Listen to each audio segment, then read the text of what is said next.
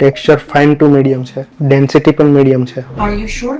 હા મીડિયમ જ છે. મારો હેન્ડ મોટો છે તમારા કરતા, તો મારા હેન્ડમાં ઓછા આવે ને. હેન્ડ કમ્પેરિઝન નહીં કરવાનું. અકોર્ડિંગ ટુ યુ હા. જેટલા મુઠ્ઠીમાં આવતા હતા હા, એ હા. પ્રમાણે ફાઇન છે કે મીડિયમ છે? એ પ્રમાણે તો ફાઇન છે. બસ that's it. ઓકે મેમ કેટલી લેન્થ શોર્ટ કરવી છે?